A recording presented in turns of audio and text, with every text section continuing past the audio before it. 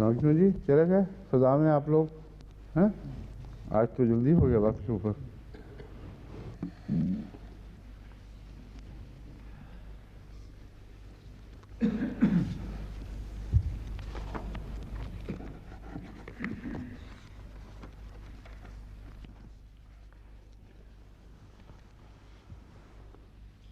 اعوذ باللہ من الشیطان الرجیم. بسم اللہ الرحمن الرحیم.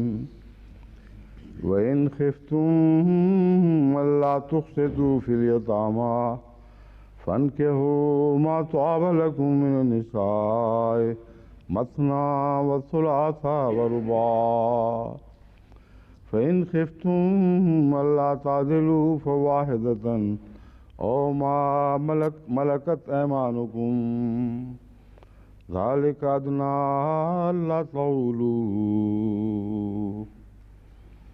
اور اگر تم یہ خوف رکھتے ہو کہ یتیموں کے بارے میں انصاف سے کام نہیں لے سکو گے تو جو بھی تمہیں پسند آئیں عورتوں میں سے ان سے 2-2 3-3 4-4 نکاح میں لاؤ.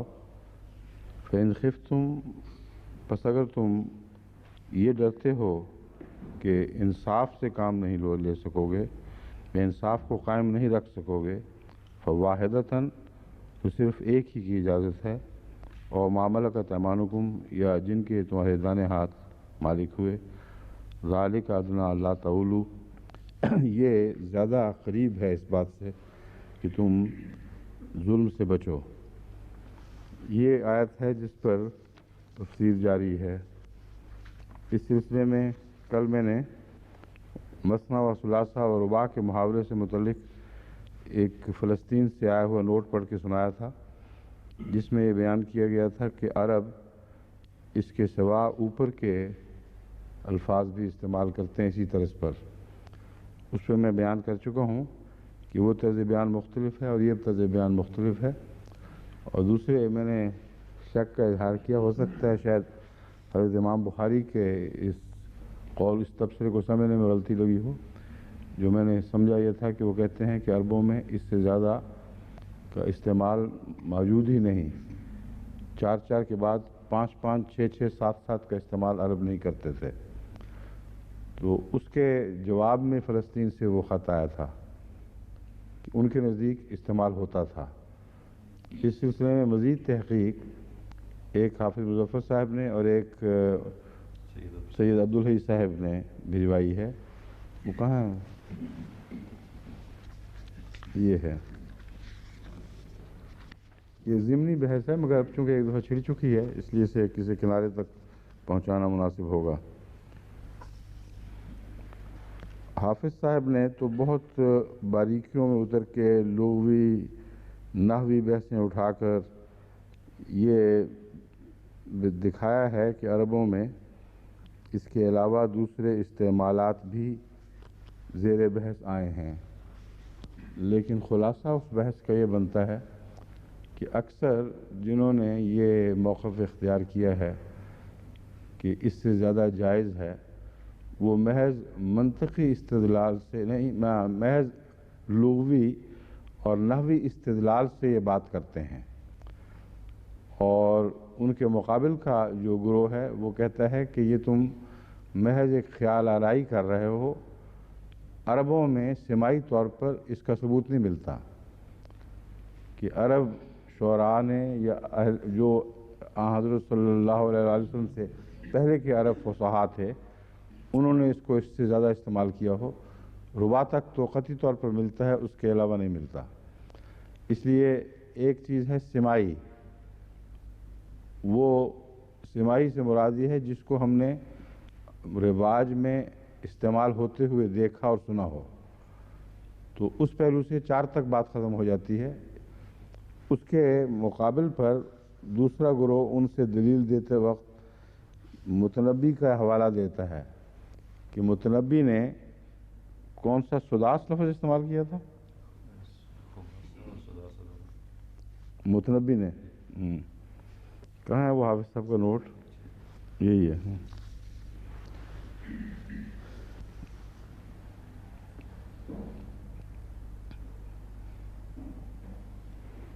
متنبی کا ذکر کہاں غائب ہو گیا ہے؟ یہ تو مشہور شاعر کمیت اسدی کی بات ہو رہی ہے. حافظ صاحب نا، شاہ صاحب نے، وہ ٹھیک ہے.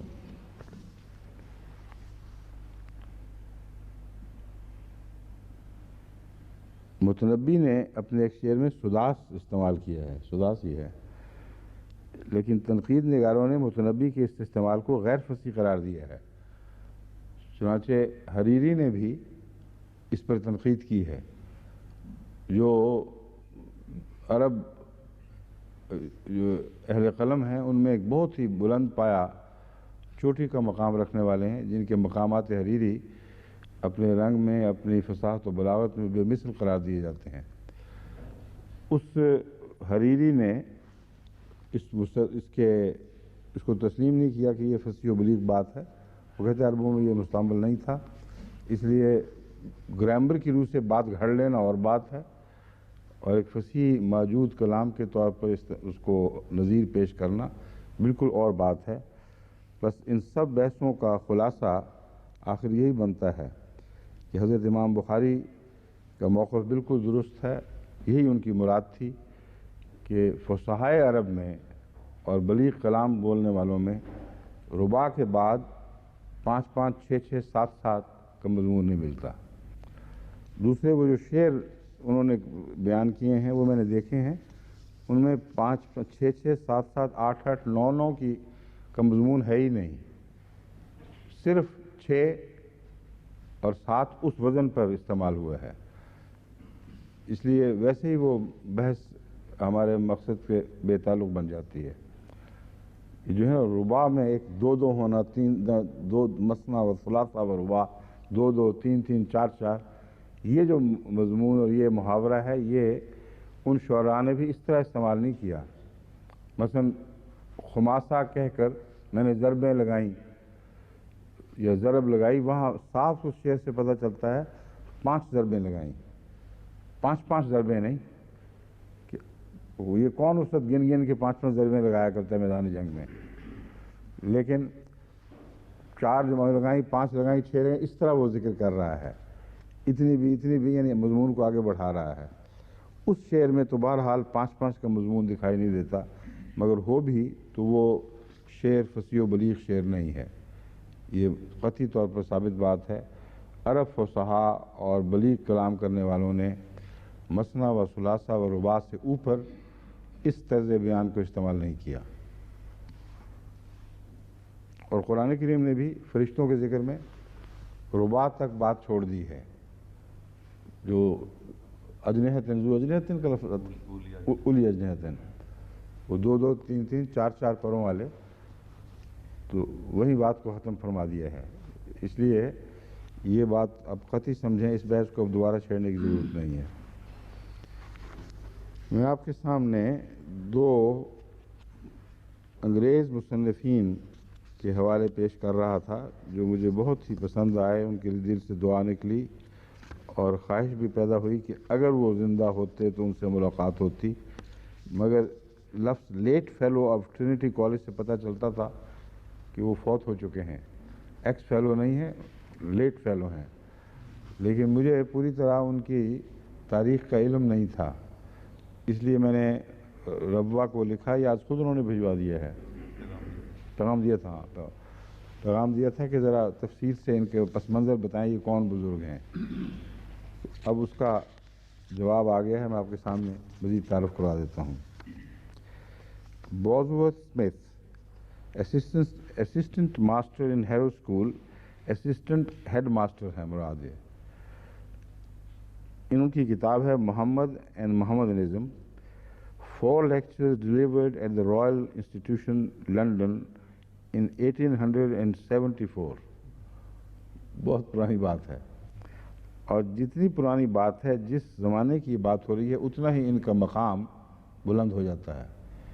کیونکہ اس زمانے میں جبکہ اکثر مستشرقین تعصب میں ڈوبے ہوئے تھے، اس جرأت کے ساتھ اور اس حکمت اور عقل کے ساتھ حضرت صلی اللہ علیہ وسلم کا دفاع کرنا بہت بڑی نیکی ہے.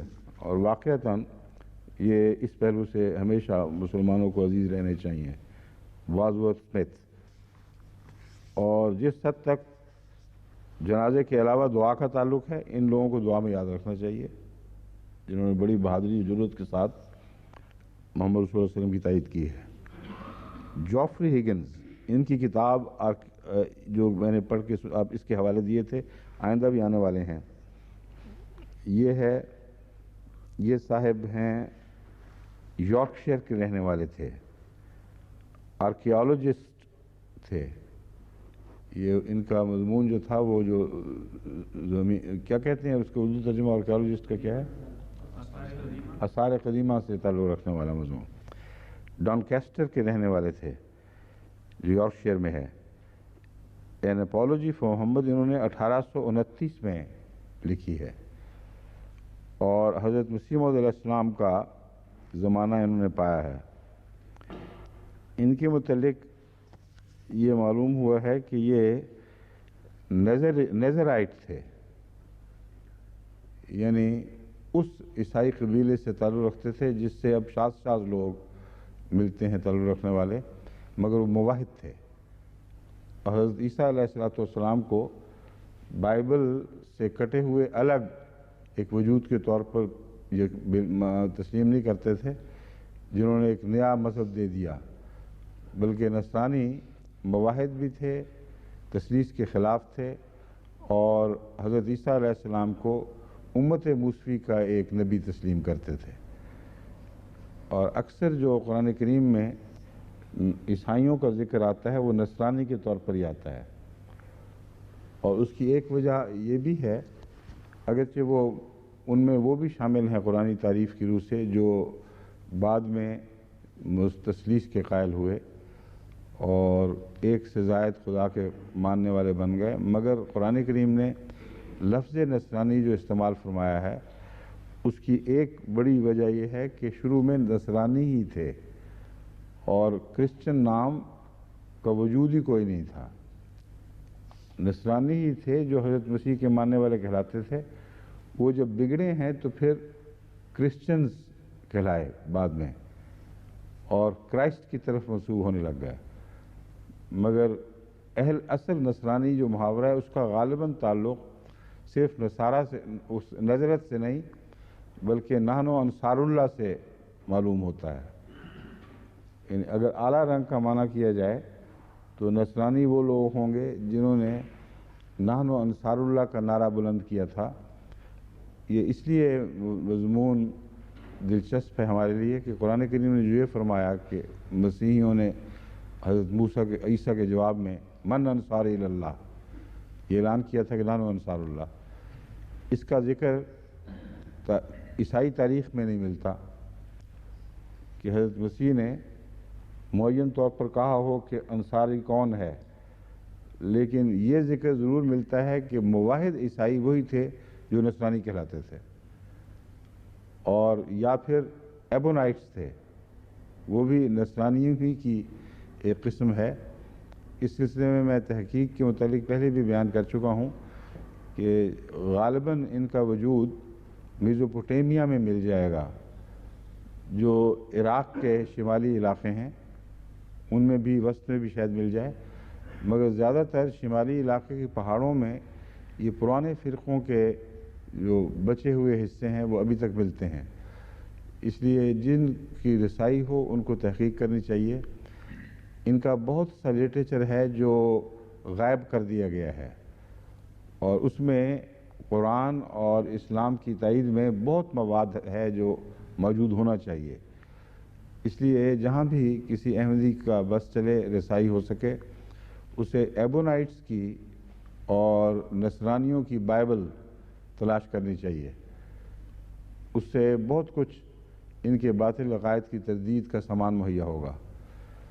اور یہ عجیب بات ہے کہ نصرانی اس وقت تک موجود تھے، ابھی پچھلی صدی تک، اور اب یہاں پتہ کرنا چاہیے، انگلستان میں بھی تحقیق کروانی چاہیے کہ یہ کون لوگ، آیا ان کا کوئی چرچ موجود ہے کہ نہیں، کوئی باقاعدہ جماعت منظم موجود ہے کہ نہیں. اور لٹریچر بھی ہو سکتا ہے کچھ مہیا ہو جائے. ان کے خاندان کا بھی پتہ کروائیں. یہ جو آرکیالوجسٹ صاحب ہیں جوفری ہگنز، ان کی فیملی ڈانکیسٹر میں ہوگی اور ہو سکتا ہے ان کی پرسنل لائبریری بھی ہو اور وہاں سے ہمیں بہت سی کچھ چیزیں مل سکیں. ہیں انہیں کے متعلق کہاں ہے وہ آپ کیوں چھپا کے بیٹھ گئے ہیں؟ ہیں اس میں آ گئی ہیں.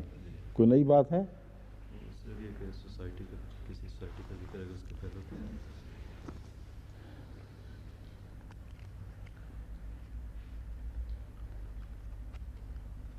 یہ تو بے تعلق سی باتیں ہیں.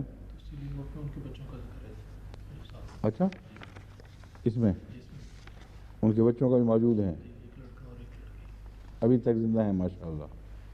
ہاں ہاں نہیں لیکن جو میں کہہ رہا ہوں ان کی جو اس وقت ان کے پسماندگان میں سے اگلی نسل بھی تو گزری ہوگی کچھ. اگر ہو تو ان سے یہ رابطہ ان کے گھر کی وزٹ اگر وہ محفوظ رکھا گیا ہو اور لائبریری دیکھنی چاہیے اس میں کیا کیا کتابیں تھیں کیونکہ اس مضمون پر ہمیں بہت تھوڑا مواد مل رہا ہے کہ اصل نصرانی انجیل کیا تھی، ان کے لٹریچر، ان کی جو آپس میں بحثیں ہوا کرتی تھیں اس کا مواد معین طور پر ہمارے سامنے جو کچھ بھی آیا ہے اب تک. میں ریسرچ گروپ کو اس پر لگایا ہوا تھا، بہت تھوڑا ہے میرے نزدیک، وہ کافی نہیں ہے، اس لیے مزید کی تلاش چاہیے. یہ لے لیں.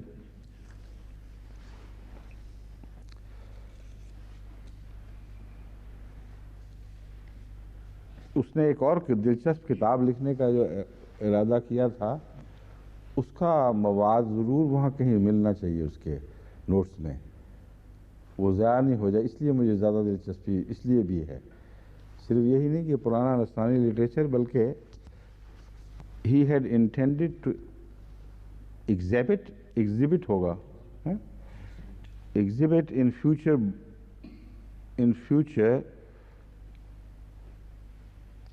book, in a future book ہوگا غالباً. He had intended to exhibit in a future book the Christianity of Jesus Christ from his own mouth. He claimed to be a Christian regarding our Lord as a Nazarite. وہی ہے نسلانی. Dictionary of National Biography by Leslie Stephen.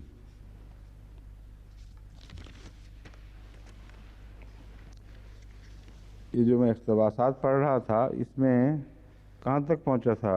But we have یہ تیر کا آپ نے ڈالا ہوا ہے؟ اچھا یہاں تک ٹھیک ہے. یہ حوالہ کس کا چل رہا ہے ان دونوں میں سے؟ بزورت کا ہی ہے. But we have to deal with facts as they are. ہاں یہ میں نے بات کہی تھی، کل پڑھ لی تھی. Facts as they are, and it is a fact that slavery has coexisted with Christianity, nay, has professed to justify itself by Christianity even till this 19th century. Now, the Mosaic Law, so far from prohibiting polygamy, did not even put any limitation on it. The patriarchs indulged in polygamy, so did the judges, so did the kings, and not least so the more elevated and the more spiritually minded amongst them. کہتا ہے جہاں تک موسیٰ کے قانون کا تعلق ہے، بجائے اس کے کہ تعدد ازدواج کے خلاف کسی قسم کا کوئی حکم اس میں ملتا ہو موسیٰ کی تعلیم میں، بلکہ موسیٰ کے قانون نے تو ازواج کی تعداد پر کوئی بھی پابندی نہیں لگائی. یعنی کم کرنا تو درکنار، اوپر کی لمٹ میں پابندی بھی کبھی کسی قسم کا کوئی ذکر نہیں ملتا. بلکہ وہ کہتا ہے دا پیٹریارکس انڈلجڈ ان پولیگمی، جو ان کے بڑے بڑے مذہبی رہنما تھے، جو چرچ وغیرہ کے سربراہ تھے پیٹریارکس، ان میں پولیگمی کا ثبوت قطعیت کے ساتھ ملتا ہے. اور ججز، قاضیون جو کتابیں ہیں نا، وہ دور جو حضرت آتا ہے بعد میں، حضرت داؤد اور سلیمان کے بعد، وہ ججز کا دور کہلاتا ہے. وہ بھی کتابیں باقاعدہ ان کی اولڈ ٹیسٹمنٹ کا حصہ ہیں. اور سلاطین بھی آتا ہے اس کے بعد. آپ نے اردو ترجمہ میں دیکھا ہوگا, انگریزی میں کہتے ہیں ججز اینڈ کنگز. کہتا ہے so did the judges, so did the kings, and not least so the more elevated and the more spiritually minded amongst them. کہتا ہے اسی طرح قاضی بھی کیا کرتے تھے اور ان کے سلاطین بھی کیا کرتے تھے, اور سب سے اہم اگرچہ آخر پر ذکر ہو رہا ہے, جو بھی ان میں سے روحانی طور پر زیادہ بلند مقامات پر پہنچے ہوئے اور روحانی ذہنیت رکھنے والے لوگ تھے, ان میں بھی تعدد ازواج کا ذکر ملتا ہے. The man after God's own heart and the king whose wisdom and magnificence still form the folklore of so many Eastern countries can hardly be surpassed in this particular, even by those Musliman princes who break the laws of the Quran and strain the traditions almost to bursting, that they may qualify their love of display or their brutal appetites. خوب لکھا ہے اس نے یہ, کہتا ہے کہ وہ جب بادشاہوں کا ذکر کرتا ہے, چونکہ حضرت سلیمان کو بھی ایک ایسے بادشاہ کے طور پر یہ مانتے ہیں جو خدا کو بہت پیارا تھا.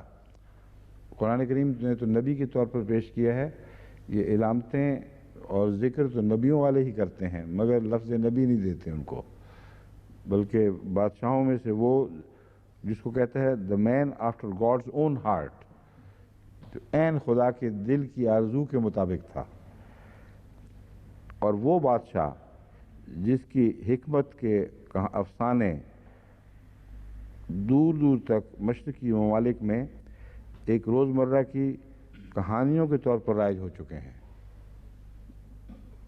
فولکلور جو مرغوب روزمرہ کی کہانیاں ہوتی ہیں, so many Eastern countries, بہت سے مشرقی ممالک میں, can hardly be surpassed in this particular. کہتا ہے وہ بادشاہ, وہ بزرگ بادشاہ حضرت سلیمان تو کسی قیمت, کسی پہلو سے بھی اپنی شادیوں کے شوق اور ان پر عمل کرنے کے پہلو سے بعد میں آنے والے کسی شخص سے مات نہیں کھا سکتا, سب سے بالا رہے گا. یہاں تک کہ وہ مسلمان شہزادے جن کو تم پیش کرتے ہو کہ انہوں نے حرم رکھے ہوئے ہیں, ان کا ذکر کہتا ہے وہ مسلمان شہزادے بھی جو قرآن کا قانون توڑتے ہوئے اور رسول اللہ علیہ وسلم کی احادیث کو کھینچ کر اپنے لیے جواز تلاش کرتے ہوئے اتنا کھینچتے ہیں کہ گویا وہ پھٹ گئی ہیں حدیثیں, ان کا عمل بھی سلیمان کے مقابلے پر کوئی حیثیت نہیں رکھتا. اب بتاؤ تمہیں کیا حق ہے محمد رسول اللہ پر حملے کرنے کا. کیسا زبردست اس نے خراج تحسین کیا, اور کتنی پیاری اور پرحکمت بات کی ہے کہ مسلمان بادشاہ یا شہزادے اگر یہ حرکت کر رہے ہیں تو یہ جھوٹ ہے کہ قرآن کے مطابق کر رہے ہیں. وہ قرآنی قانون کو توڑتے ہوئے ایسا کر رہے ہیں اور احادیث کے سہارے ڈھونڈتے ہیں, اور احادیث میں بھی ان کے لیے کوئی گنجائش نہیں ہے, اس لیے وہ کھینچ تان کے اس کو لمبا کرتے ہیں تاکہ وہ اس کے اندر پورا آ سکیں.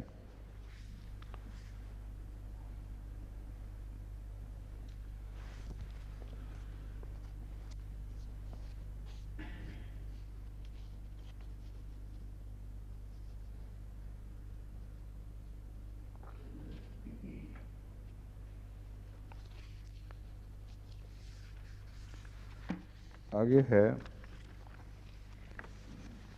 کہ کہتا ہے the Arabs of the ignorance, for instance, allowed any number of wives. The Quran limits the number of lawful wives to 4. It was a remark of Napoleon that Muhammad was the only Eastern legislator who ever attempted to impose any restraint on polygamy, a fact which should be borne in mind. See Irons Modern Egyptian 121, 128.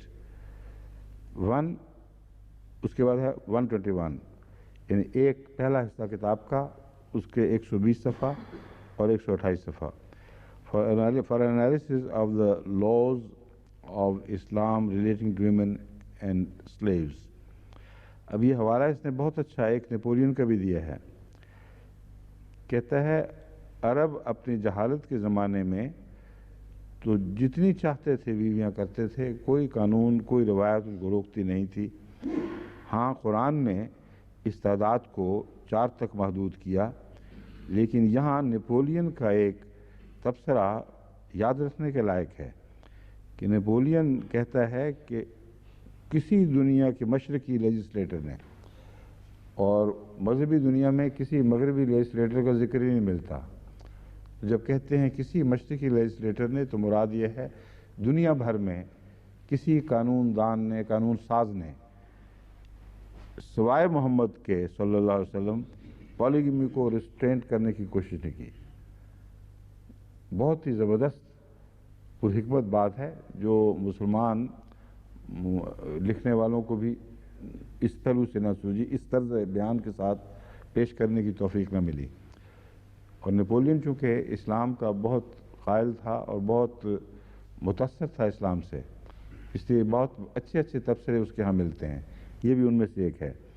کہتا ہے ساری مشرقی دنیا میں کوئی قانون ساز ایسا نہیں آیا جس نے کبھی بھی تعدد ازدواج کے مسئلے کو کسی حدود کا پابند کرنے کی کوشش کی ہو، سوائے محمد صلی اللہ علیہ وسلم کے.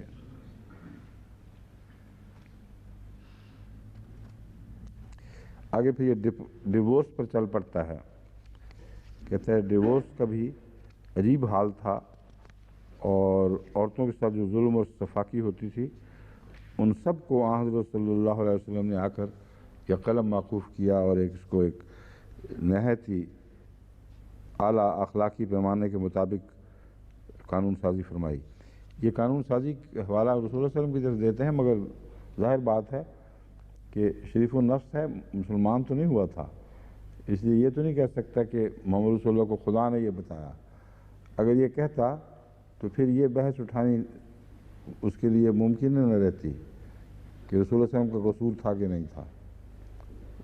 وہ ایک قانون دان کے طور پر، ایک قانون ساز کے طور پر آپ کو پیش کرتا ہے اور ہر الزام کی بریت کرتا ہے.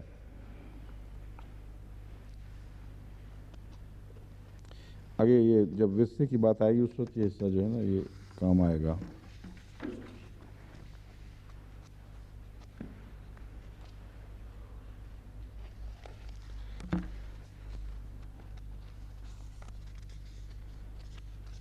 اس ملک میں اچھے اچھے لوگ آ کے گزر گئے ہیں، خاک میں کیا صورتیں ہوں گی کہ پہنا ہو گئیں. ان کو یہ اتنا زیادہ اچھالتے بھی نہیں اپنے لٹریچر میں، اسی لیے کیونکہ شریف لوگ تھے.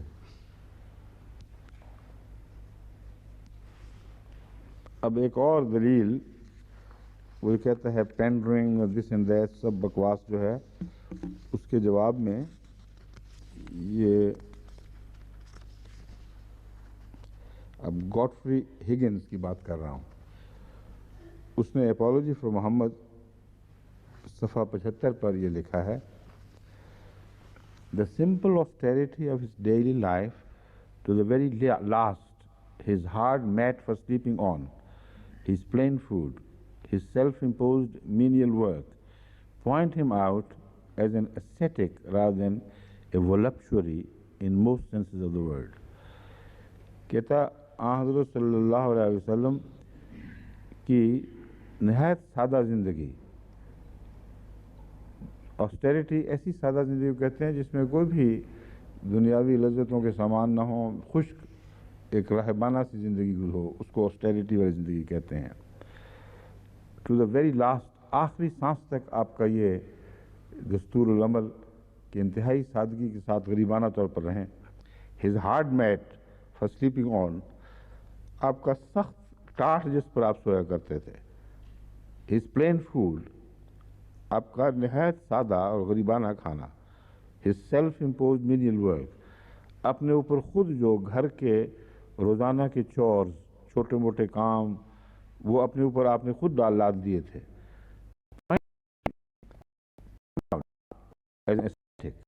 ایک راہ کے طور آپ پیش کریں ولب بجائے اس ولب چوری کے جس کا نقشہ ہمارے مستشرقین کھینچتے ہیں، یعنی جو نفس کا بندہ ہو اس کو ولب چوری کہتے ہیں۔ In most senses of the word ولب چوری کے جتنے بھی معنی ہیں اکثر معنوں میں کسی پہلو سے بھی اس کا اطلاق رسول اللہ صلی اللہ علیہ وسلم کی زندگی پر نہیں ہوتا۔ Two things he loved, perfumes and women. یہ ٹھیک ہے، دو چیزیں آپ کو پسند تھیں، ایک خوشبو اور ایک عورتیں۔ دا فرسٹ واز ہارملیس انف، ایک تو ظاہر ہے کہ ہارملیس تھی، and the special case of his wives has it special answer.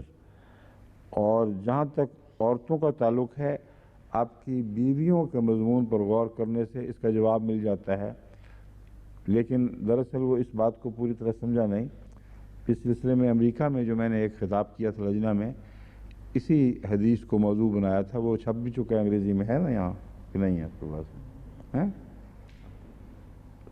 آپ کو نہیں خبر، باقی سب کو ہے، انگلستان والوں کو خبر نہیں، وہ اس سے استفادہ کرنا چاہیے۔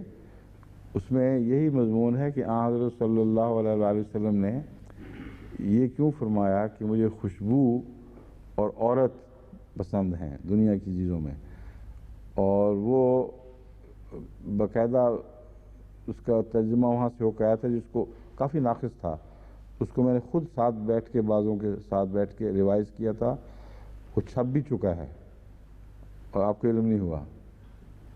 وہ اس سوسائٹی میں ضروری ہے کہ تقسیم کیا جائے کیونکہ یہاں ضرورت ہے اس کی، اور اسی طرح یورپ کے دوسری زبانوں میں بھی ترجمہ اس کا ہونا چاہیے۔ But says the learned writer we are quoting، یہ گاڈفری جو ہے، گاڈفری نام ہے نا اس کا،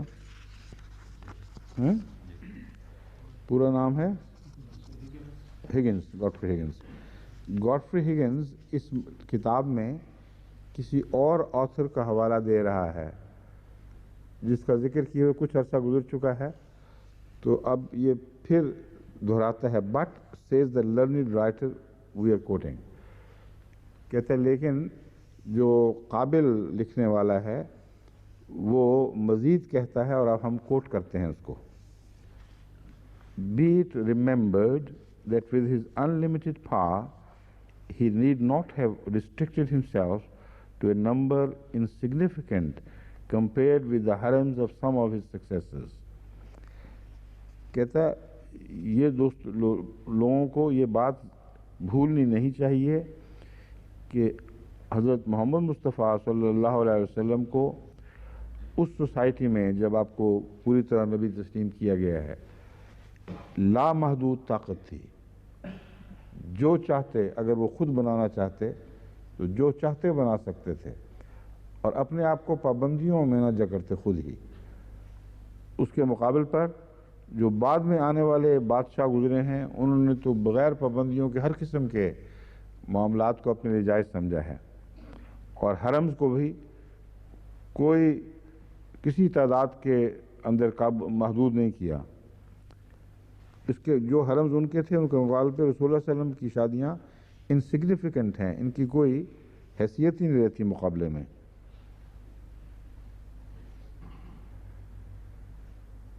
پھر دوسری بات کہتا ہے،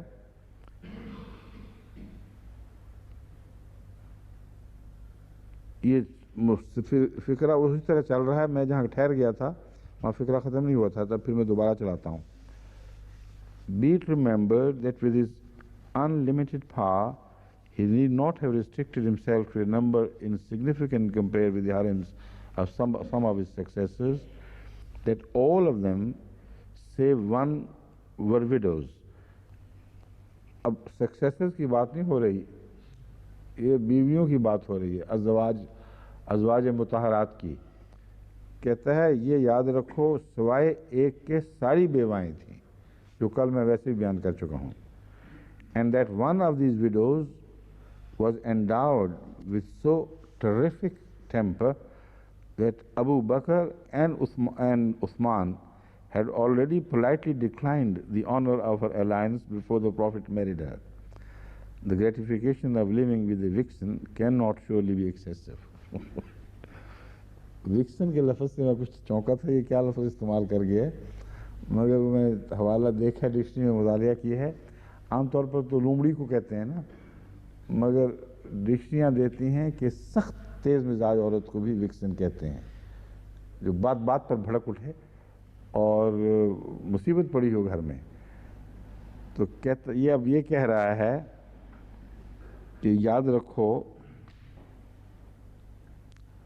کہ وہ ساری بیوائیں تھیں سوائے ایک کے، اور ایک ان میں سے ایسے مشتعل مزاج کی تھیں کہ آن حضرت صلی اللہ علیہ وآلہ وسلم کے عقد میں آنے سے پہلے حضرت ابو بکر اور عثمان کو ان کی شادی پیش کی گئی، لیکن انہوں نے توبہ کی کہ نہیں، کیونکہ ان کا مزاج مشہور تھا. کہتا اب مجھے یہ بتاؤ کہ ایک ایسی عورت سے شادی کرنا جس کی یہ شہرت ہو، اس کو تم عیاشی میں شمار کرو گے؟ کوئی عقل کی بات، عقل کے ناخن، ہوش کے ناخن لو، عقل کی بات کرو. کوئی اور حکمت ہو سکتی ہے، اس کو عیش و عشرت کی طرف مائل انسان یہ حرکت نہیں کر سکتا. تو لفظ تو سخت بولے ہیں، لیکن چونکہ رسول اللہ علیہ وسلم کی تائید میں لکھے ہیں، اس لیے ہم ان کو پڑھ کے سنا رہے ہیں.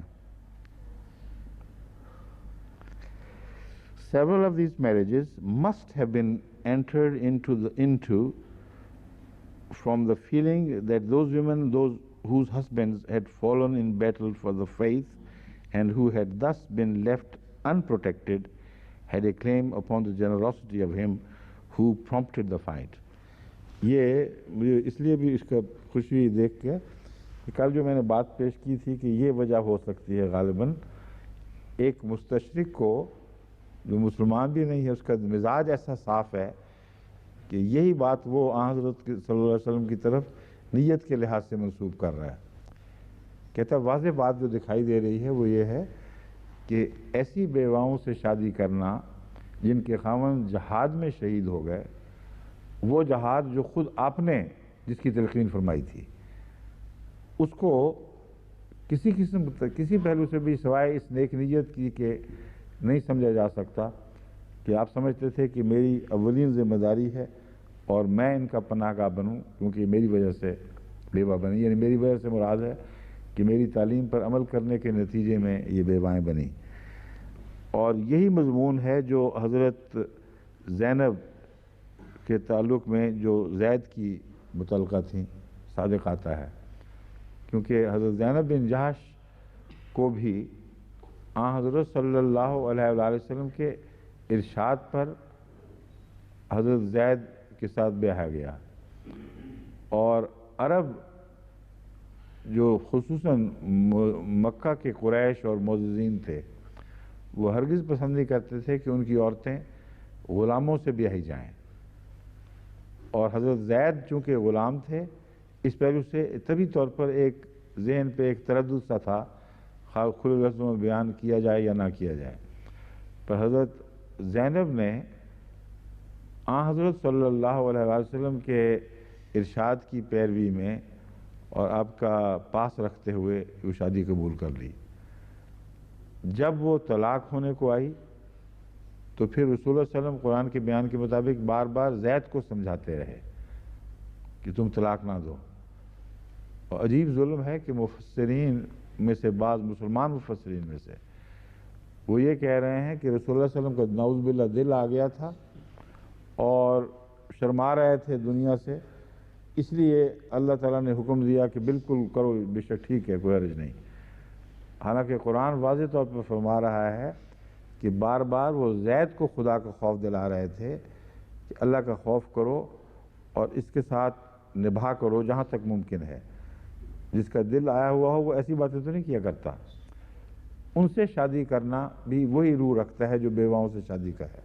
شادی کی روح ہے کہ ایک اعلیٰ اسلامی تعلیم کی خاطر کسی نے قربانی کی ہے تو اس کا سہارا بنے. یہ اس نے گاڈفری نے بات خوب کہی ہے. Other marriages were contracted from motives of policy. اب ادر میرجز رہ کون سی گئیں پھر؟ کیونکہ 8 تو سوائے ایک کے ساری بیوائیں، اور جو ایک تھیں حضرت عائشہ تھیں. اس لیے ادر میرجز سے مراد غالباً اس کی یہ ہے کہ اس کے علاوہ یہ بھی مقصد ہو سکتا ہے، ورنہ اس کے سوا کوئی ادر میرجز رہتی نہیں ہیں. From the motives of policy, in order to conciliate the heads of rival factions, perhaps the strongest reason, one of which it is impossible to overestimate, the force that impelled Muhammad to take wife after wife, has his desire for male offspring. It was a natural wish that he should follow in his steps and carry on his work.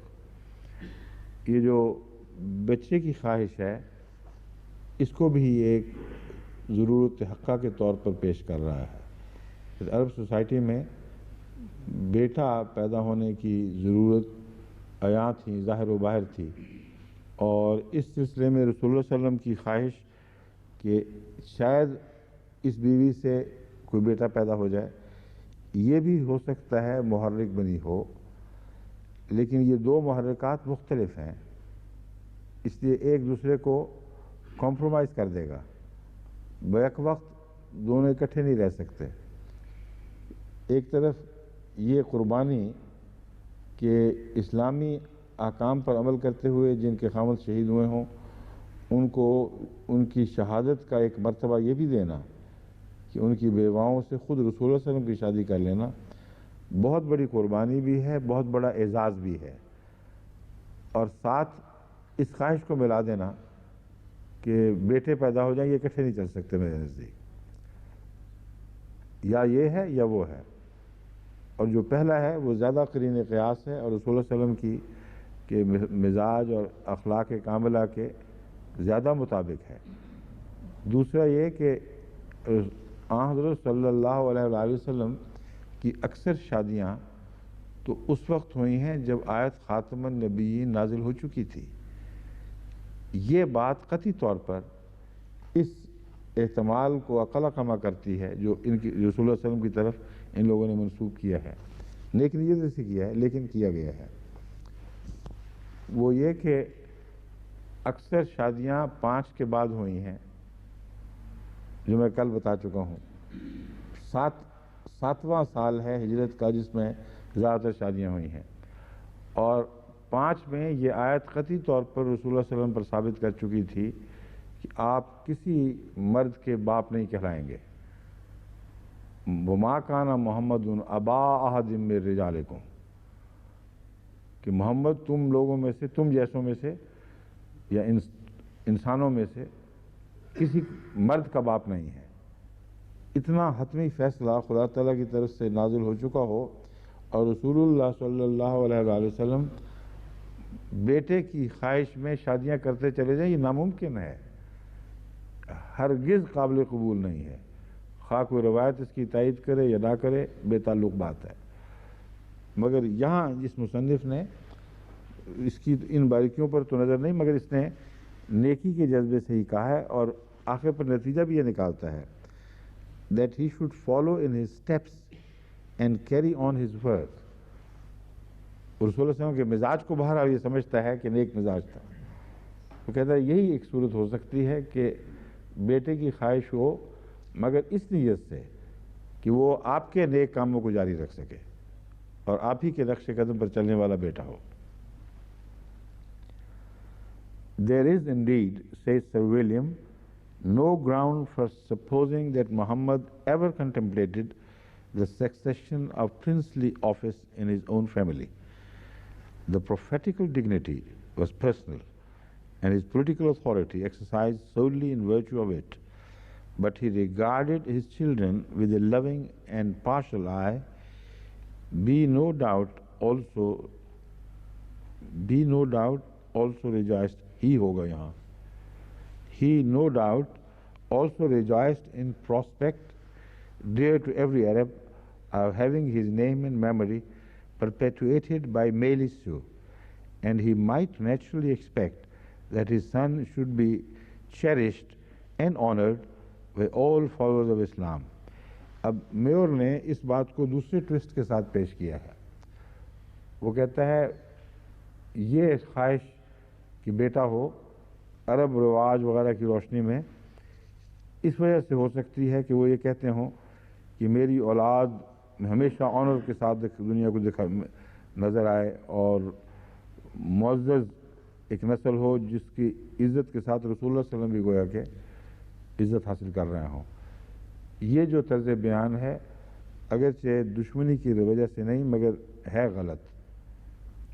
دشمنی کی وجہ سے اس لیے نہیں کہ اس سے پہلے کا جو حصہ ہے وہ سر ولیم میور کی تحریر کا اسی تحریر کا پہلا والا حصہ وہ قطعی طور پر ثابت کر رہا ہے کہ ولیم میور یہاں کسی دشمنی کی روح سے بات نہیں کر رہا, کیونکہ وہ یہ کہتا ہے کہ آن حضرت صلی اللہ علیہ وسلم یعنی محمد نے کبھی بھی کوئی ایسا تصور نہ باندھا نہ ایسا کوئی معاملہ کیا جس سے یہ نتیجہ نکل سکے کہ آپ اپنی اولاد میں شہزادیت کو آگے جاری کرنا چاہتے ہیں.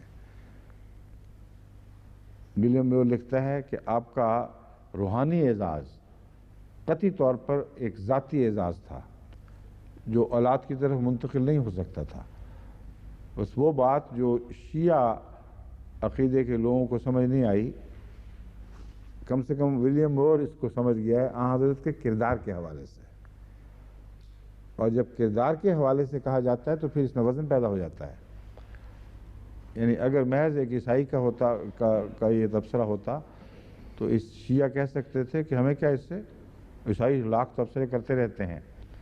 مگر ایک عیسائی جو اگر اس کو موقع ملے تو وار کرنے سے بھی نہ چوکے, وہ عیسائی محمد رسول اللہ کے کردار سے یہ بات ثابت کر رہا ہے کہ آپ کا کردار اتنا عظیم تھا کہ اس میں کسی تمنا کا کوئی شائبہ تک نظر نہیں آتا کہ آپ کی اولاد آپ کا روحانی ورثہ پا کر از خود بادشاہوں کے بچوں کی طرح ٹریٹ کی جائے اور ایک شاہی نسل اس سے جاری ہو جائے.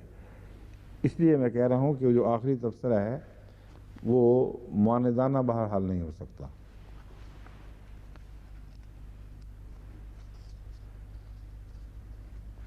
پھر یہی مضمون نگار اب بات کو آگے بڑھاتے ہوئے لکھتا ہے for 25 years Mohammed remained faithful to his elderly wife.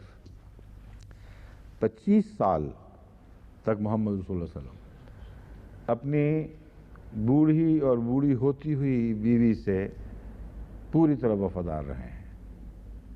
ایک ادنا سا بھی اشارہ اس کے برعکس کہیں نظر نہیں آتا. For 25 years, Muhammad remained faithful to his elderly wife, and when she was 65, جب حضرت خدیجہ 65 سال کی عمر کو پہنچ گئی ہیں, and they might have celebrated their silver wedding, اور وقت قریب تھا کہ آپ سلور جوبلی اپنی مناتے شادی کی. He was as devoted to her as when first he married her. اسی طرح آپ کا تعلق محبت کا اور وفا کا استوار رہا جیسا کہ اس وقت تھا جب آپ نے نئی نئی شادی کی تھی. During all those years, there was never a breath of scandal. کہتے ہیں ان 25 سالوں کے دوران ایک لمحہ بھی ایسا نہیں گزرا جبکہ اسکینڈل کو معمولی سی ہوا بھی دی گئی ہو. بریتھ آف اسکینڈل کا مطلب ہے کہ ایک چھوٹا سا سانس سا بھی آیا ہو جس میں اسکینڈل پھیلانے کی کوشش کی گئی ہو, یعنی ہوا کے طور پر بھی کوئی ایسا ذکر نہیں ملتا. Never a breath of scandal. Thus far, Muhammad's life will bear microscopic scrutiny. کہتا ہے یہ وہ دور ہے جس میں مائکروسکوپ سے بھی دیکھو تو محمد رسول اللہ علیہ وسلم کی ذات ہر عیب سے پاک دکھائی دے گی, ہر داغ سے مبرہ دکھائی دے گی. Then Khadija died. And though he married many women afterwards, some of them rich in youth and beauty. اور اگرچہ بعد میں آپ نے اور بھی بہت سی شادیاں کیں، بعض بیویاں نہ صرف حسن میں بلکہ مال و دولت کے لحاظ سے بھی غنی تھیں، کافی متمول تھیں. He never forgot his old wife and loved her best to the end. وہ آپ نے اس بقیہ چھوٹے سے دور میں بھی کبھی ایک لمحہ کے لیے بھی اپنی بیوی کو فراموش نہیں کیا اور loved her best. سب بعد میں آنے والیوں سے زیادہ اس سے پیار کیا. رسول صلی اللہ علیہ وسلم کا ایک قول لکھتا ہے when I was poor she enriched me when they called me a liar. She alone believed in me. When all the world was against me, she alone remained true. میں کیسے اس بیوی کو بھلا سکتا ہوں کہ جب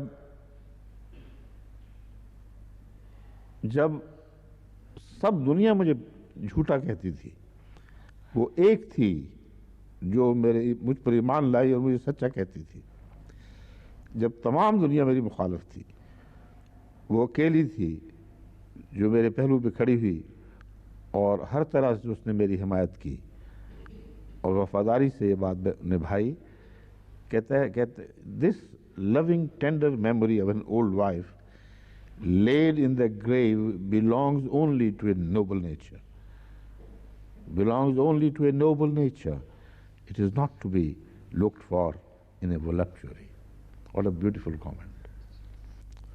کہتے یہ الفاظ کسی نفس پرست کے ہو ہی نہیں سکتے، ناممکن ہے، انسانی فطرت کے خلاف ہے کہ اتنا عظیم جو تبصرہ فرمایا رسول اللہ صلی اللہ علیہ وسلم نے اپنی ایک بوڑھی بیوی پر جس کے ساتھ آپ اکیلے رہے ہیں مسلسل، اس کے متعلق کیسی جاہلانہ بات ہے کہ ولپچوری کہا جائے، ایک نفس پرست انسان اس کو قرار دیا جائے.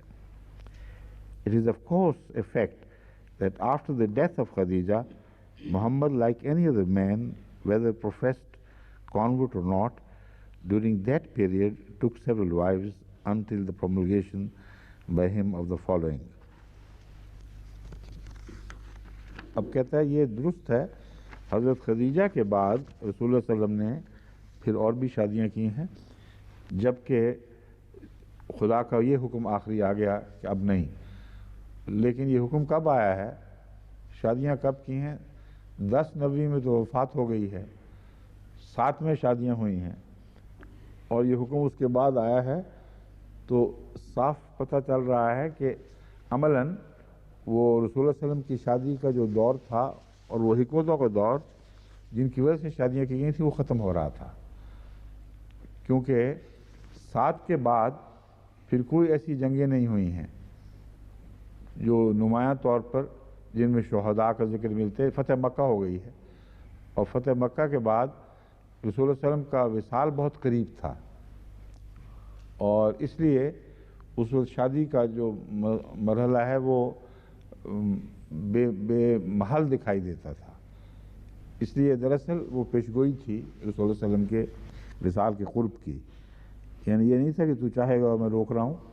عملاً اس میں یہ بات تھی کہ اب ایسا وقت نہیں رہا، یہ محل نہیں ہے کہ اب اور شادیاں کی جائیں. مگر ضرورت بہرحال حنین کے وقت تو پیدا ہوئی ہوگی، اور بھی بعض ایسے مواقع آئے ہیں جہاں شہادتیں ہوئی ہیں. مگر جیسا کہ میں نے بیان کیا ہے زندگی کے دن اتنے تھوڑے تھے کہ اس میں کسی شادی کا کوئی سوال مناسب اور برمحل نہیں تھا.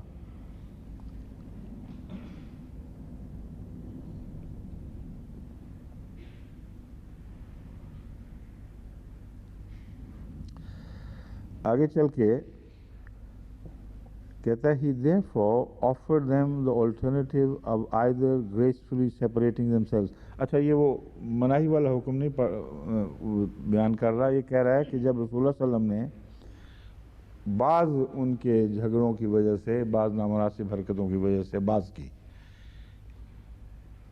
خدا تعالیٰ کے ارشاد کے مطابق یہ اعلان کر دیا کہ اگر تم چھوڑنا چاہتے ہو تو جاؤ میں تمہیں دولت دوں گا، تمہیں سہولت کے سارے سامان مہیا کروں گا، تم خوشی کے ساتھ مجھ سے علیحدگی اختیار کر لو۔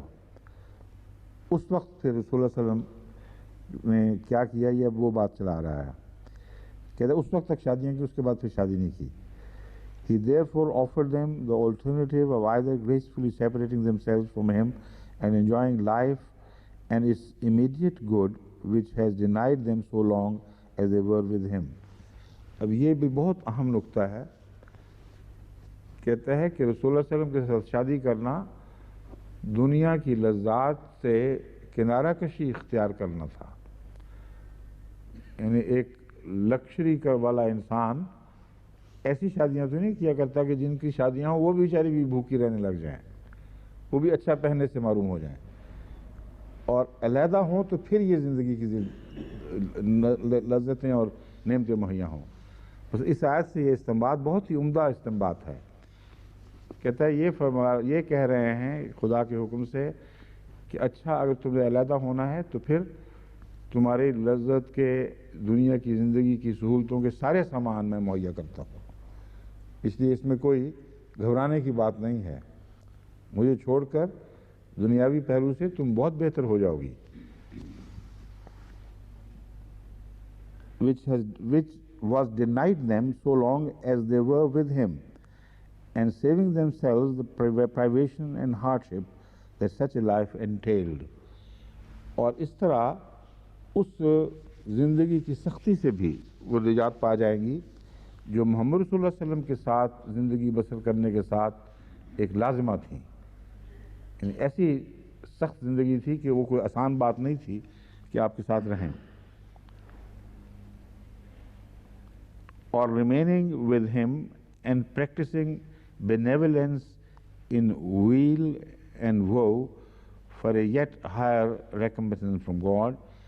کہتا ہے یا یہ چوائس ہے یا دوسرا چوائس عیش و عشرت کا نہیں ہے، بلکہ یہ ہے کہ practicing benevolence in weal and woe for a yet higher recompense from God، کہ وہ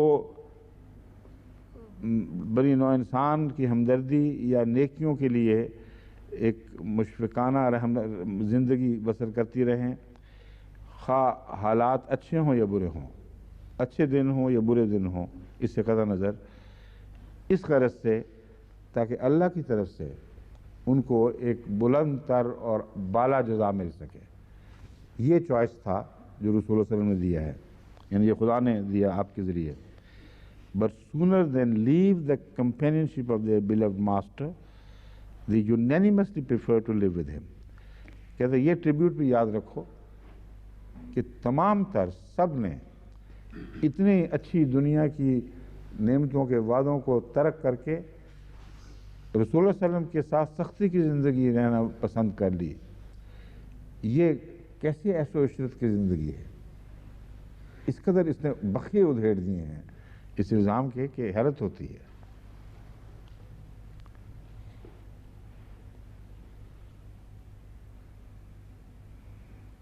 Could he not then use his husband's his name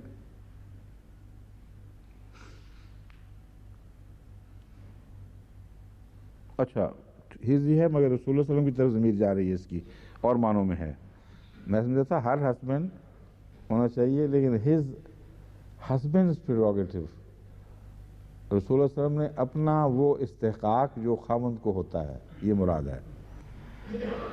But sooner than leave the sense اچھا ہو چکا ہے۔ Could he not then use his husband's prerogative of divorcing some even though they may not like it؟ کہتا اب بتاؤ کہ کیا مرد کو جو استحقاق ہے کہ وہ اپنی بیوی کو طلاق دے دے، ان کے انکار کے باوجود استعمال کر سکتے تھے کہ نہیں کر سکتے تھے؟ مطلب ہے کر سکتے تھے۔ But it would be obviously unfair to deal thus with those loving souls، لیکن یہ بہت ناانصافی ہوتی، غیر منصفانہ اور غیر رحیمانہ طریق ہوتا ان محبت کرنے والی روحوں کے متعلق جنہوں نے ہر قسم کی قربانیاں دے کر ورلڈی کمفرٹس کے اوپر رسول اللہ صلی اللہ علیہ وسلم کے ساتھ کو پسند کر لیا۔ and had persisted in throwing in their lot with him in order therefore, that their eyes might rejoice, and they grieve not, the while they are pleased with what though